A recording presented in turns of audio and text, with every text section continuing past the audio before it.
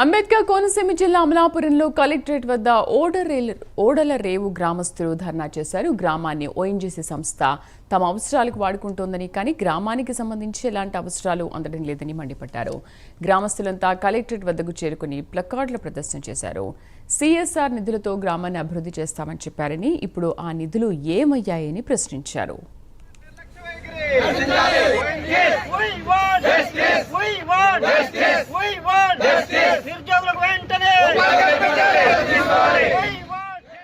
దత్తత తీసుకోవాలండి.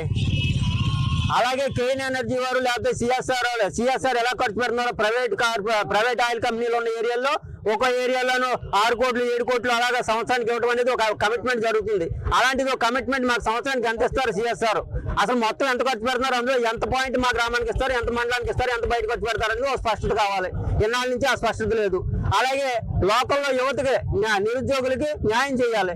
అలాగే 400 ఎకరం సుమారు మా భూభాగంలో వాళ్ళ కార్యక్రమాలు నిర్వర్తిస్తున్నారు. మా అక్కడ జీవనోపాధి కోల్పోయినటువంటి వాళ్ళు ఉన్నారు. వాళ్ళకి మీరు చేయగలిగిన న్యాయం ఏమైనా ఉందా లేదా, దాని మీద స్పష్టత కావాలి.